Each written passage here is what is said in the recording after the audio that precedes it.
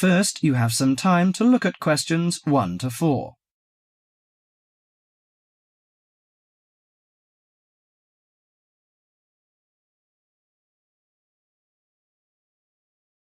Now listen carefully to the conversation and answer questions 1 to 4. Hello, sit down, please. Thank you. Now, you are a new patient, aren't you? Yes, that's right. OK, so I'd better get some basic details down first. Right, we'll start with your name.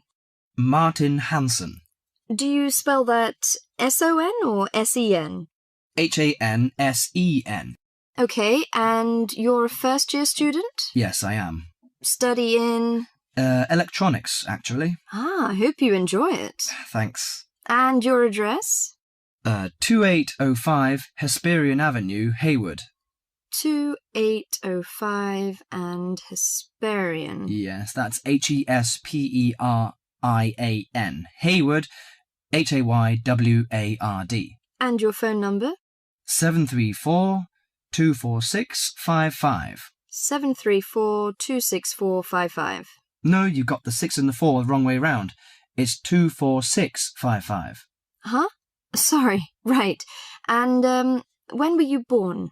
The 15th of June, 1986. Here in New Zealand? No, I was born in Sydney.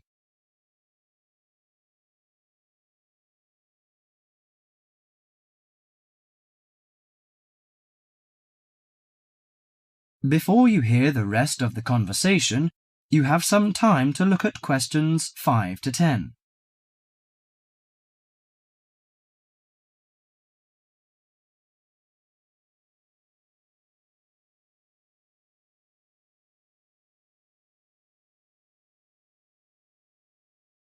Now listen to the conversation and answer questions 5 to 10. Good. So, what's your problem? Well, frankly, I wonder whether it is a problem. I get the blues, and it lasts for quite a while. I don't know how to... Yes, we all feel sad or get the blues now and again. Generally, our sadness lessens in time, and with the support of friends. However, if the depression leads to difficulty in thinking and greatly disrupts your daily routine, it can be evidence of a psychiatric problem. What do you feel exactly? I always feel sad and worthless. I find it hard to fall asleep and wake up early in the morning. How long has it lasted? Nearly half a month. Do you feel fatigue or loss of energy? Or you may have lost interest or pleasure in usual activities? Yes, sometimes. At first I thought I could overcome it by myself, but I failed, and I'm so glad that you came here. It seems that you are suffering mild depression from your symptoms. Depression? Yes, I feel depressed sometimes. But why would I... Depression may occur as a result of biochemical changes in the body. Alcohol, amphetamines, cocaine, and LSD can bring on depression. Those who have a family history of depression usually have a greater risk of depression. Sometimes the worrying changes in life can lead to depression. I see. I had a really bad breakup of a love relationship. It makes me feel hopeless. Do you think I need some treatment? Yes. Antidepressant medications are often used to treat depression, if it is serious. But I don't suggest them at first because of the side effects. I suggest psychotherapy, which can give you support and help you regain control. So do I need to come here every day? No, I will arrange counselling sessions for you, which will last 12 to 20 weeks. You come here once or twice each week. The psychotherapy is directed at helping you gain insight and understanding about events in your life, which may have contributed to your depression. With growing insight, you can often learn more effective ways of coping with your feelings and changing your behaviour. What can I do to take care of myself? Well, at first you should do some physical exercises on a regular basis, at least 3 times a week. How is your food? Do you eat well? Yes, I think so. I eat at my homestay family. Good. Find a hobby or a positive recreational activity to participate in once or twice a week. I know it's difficult for you, though. When you feel it's hard to overcome the depression, come to the counselling session. Remember, ask for help if the load is too heavy to handle. Yes, I'll try. So, when will my counselling session begin? I'm going to arrange that for you. That is the end of part 1. You now have half a minute to check your answers.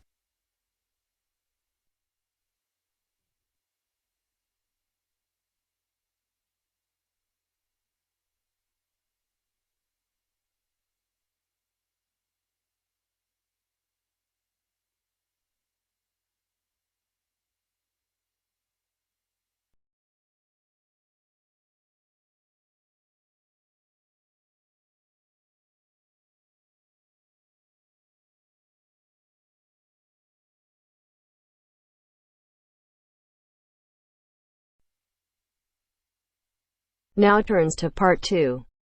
Part 2.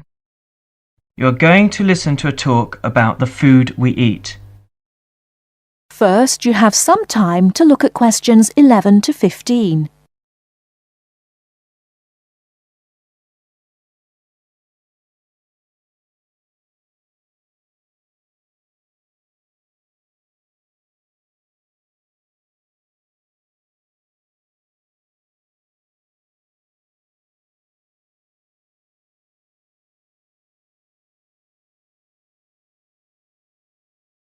Now, listen carefully and answer questions 11 to 15.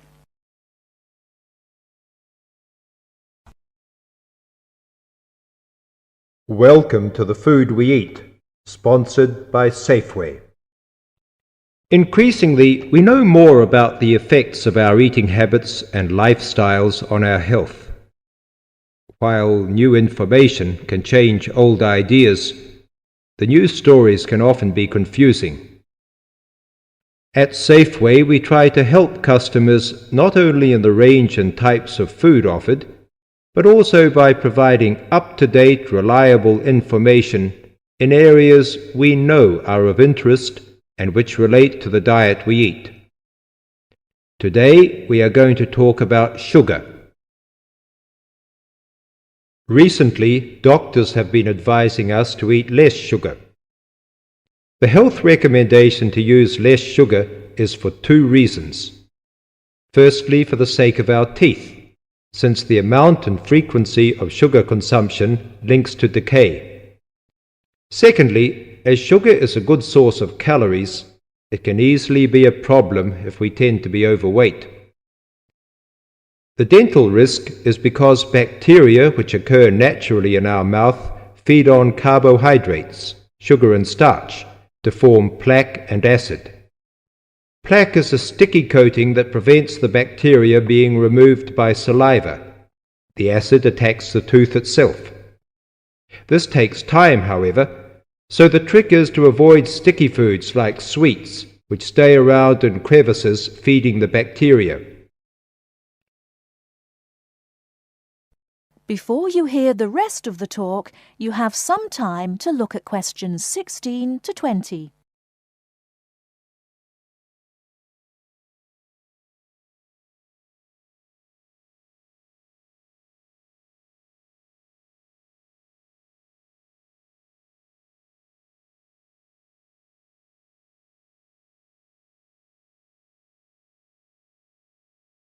Now listen and answer questions 16 to 20. Regular brushing, preferably with a fluoride toothpaste, helps remove particles and resist acid. The worst thing you can do is nibble sweet things between meals. It puts your teeth under constant attack. A sweet tooth develops gradually, and you might be surprised at how you can steadily unlearn the taste, taking in fewer calories and saving your teeth. Here's some ways. A. Gradually cut down the sugar in tea and coffee till you can stop altogether or switch to sweeteners. B. Choose snacks with a lower sugar content. Fresh fruit, raw vegetables, crackers, milk or low-fat natural yogurt. Remember, some fruits like raisins have lots of sugar. C. Look for reduced sugar alternatives. There are more and more around, from diet drinks to yogurts, even jams and sauces. D. Try gradually to cut back on the sugar you use in cooking, especially in baking. That is the end of part 2. You now have half a minute to check your answers.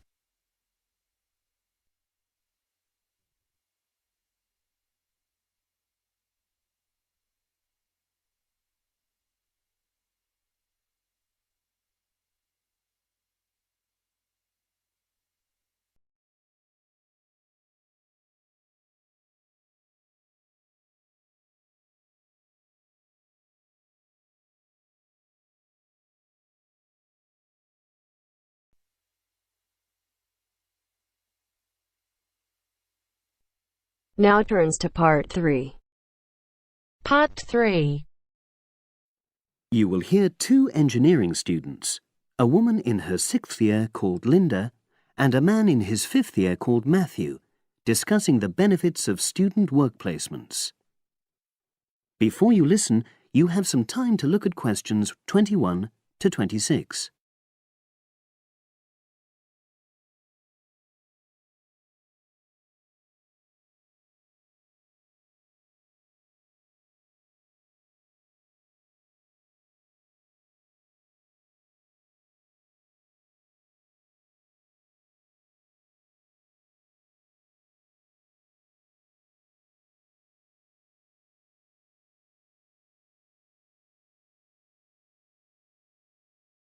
Now listen and answer questions 21 to 26.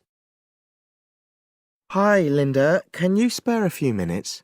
Hello, Matthew. No problem. I just wanted to talk to you about temporary work placements. I've never really thought there was a good reason for doing one. I've got some savings, so I don't really need the money at the moment. But I've had an email from the university about a vacancy that looks quite interesting. You did a placement last year, didn't you? I did, yes. In my case, I wanted to find out if I was making the right career choice before I began applying for permanent jobs. I thought I wanted to work in car manufacturing, but I wasn't sure, so I applied to Toyota. What was the application process like? Lengthy. There were a lot of different parts to it. The dullest one was a psychometric test. You know, when you have to answer loads of questions about yourself. And you're trying to guess what's the best thing to say. Yes. Then there was an activity that we did in groups, which I found really fascinating. Engineers are renowned for being a bit unsociable, but I thought we made a great team. And we had an individual task too. We had to sort through various business documents and prioritize them. It was just like what you have to do as a student, really, just with different content. What exactly were you doing on the placement? I was helping to design some diagnostic software to identify any waste in the car assembly process. Do you mean waste of materials? No, time. Anything that can speed the process up helps to cut costs. How did the work placement compare to being a student? Was it hard work? Yes, it was. I'd had full-time work before. I've done various unskilled jobs during university holidays, and some of those involve long hours. So I thought I'd find it easy. I was wrong, though. I think when you're on placement, you're always trying to prove yourself. So you push yourself hard to succeed? Yes. But I got a lot of support from my employers. They were always helpful. And then, at the end of the placement, I was given formal feedback. Do you mean on your engineering ability? Well, no. I didn't really need that because we had team meetings every other day. And so I had the chance to discuss technical issues and ask about anything that wasn't clear. The evaluation was about general workplace things, like organizational ability, initiative, that sort of thing. I get the impression you think you benefited from the placement. Well, the best thing is that they've offered me a job for next year. Depending on my exam results, of course, but still. A permanent one? Yes. But apart from that, I learned so much. The industrial environment was much more demanding than the academic one, so my general skills improved, like time management, meeting deadlines. And on the technical side, I learn new software packages, like MS Project. Well, I think you've convinced me that work placements are worthwhile, but while you're here, can you give me advice on something else? Before you hear the rest of the conversation, you have some time to look at questions 27 to 30.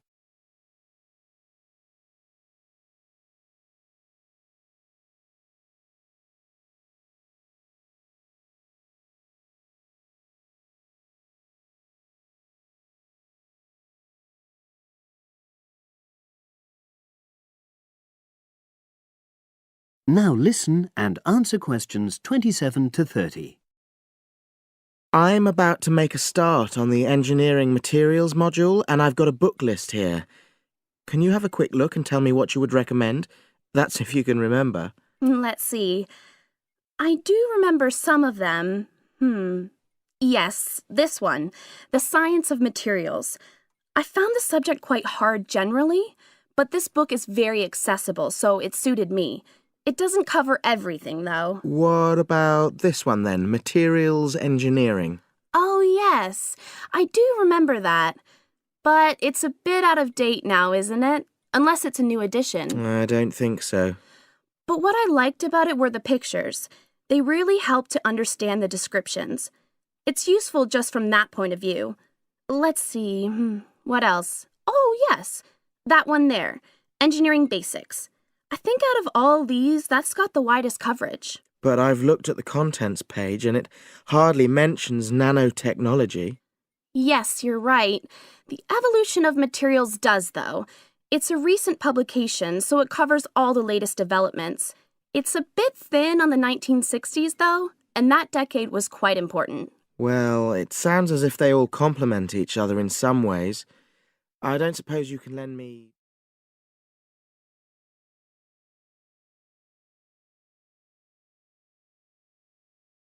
That is the end of part 3.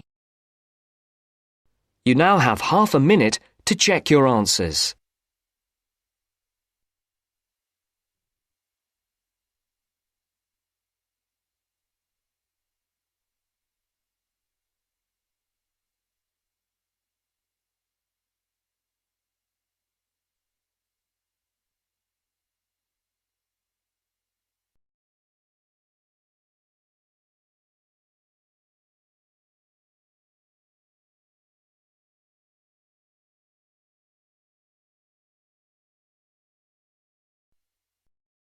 Now turns to part 4. Part 4. You'll hear an introduction about the tutorial courses of the physics school. First, you have some time to look at questions 31 to 40.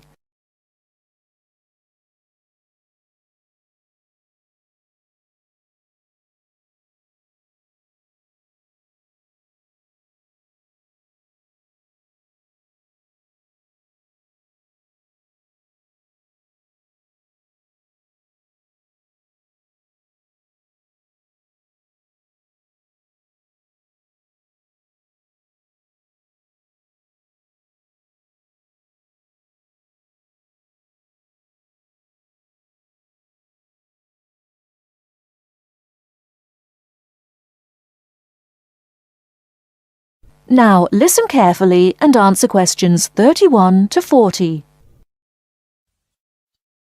Welcome to Orientation Week. This is the physics school session, and we'll welcome Professor Smith, the head of the school, to introduce you to the tutorial system. Welcome, Professor Smith.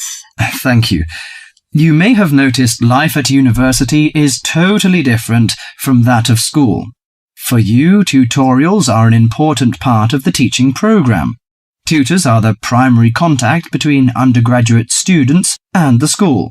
A tutor is the student's personal tutor as well as their academic tutor. Tutorials for physics undergraduates consist of 6 students who meet each week with their tutor for at least 50 minutes. For radiographer students, tutorials will normally consist of a group of about 10 students who will meet fortnightly with their tutor for a period of at least 50 minutes.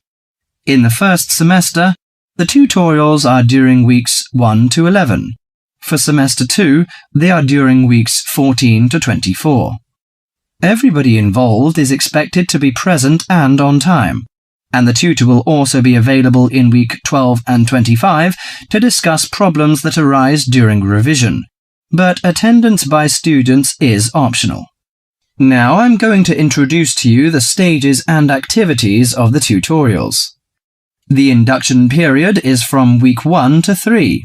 I know that a significant minority of you experience culture shock during your first few months at university, and the important function of this stage is to identify students who are having difficulty integrating into the academic program.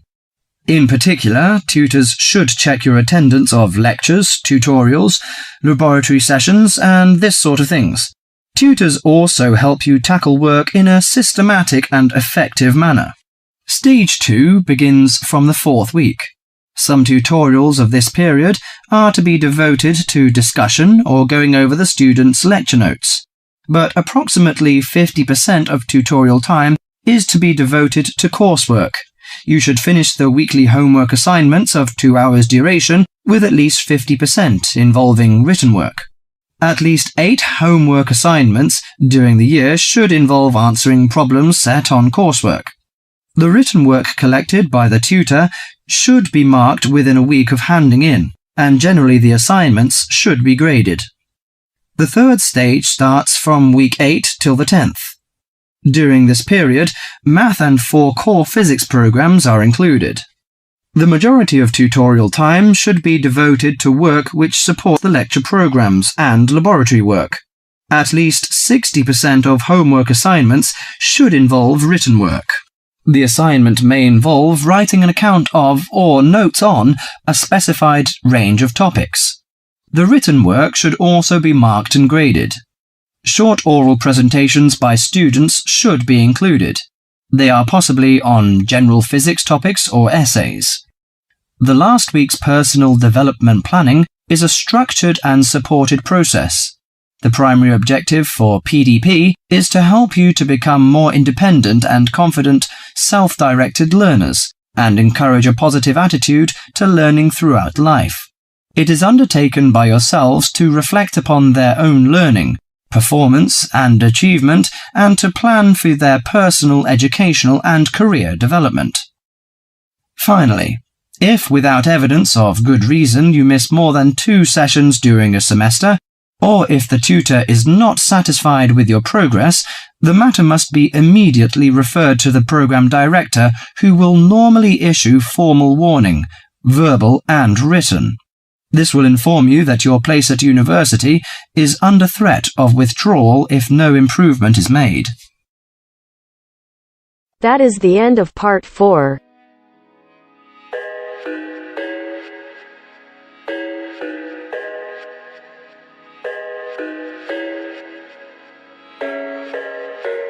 I thought I had it figured out, believed in us, we were meant to be, no doubt. A teenage love, everybody else could see the way we were, living in a fantasy.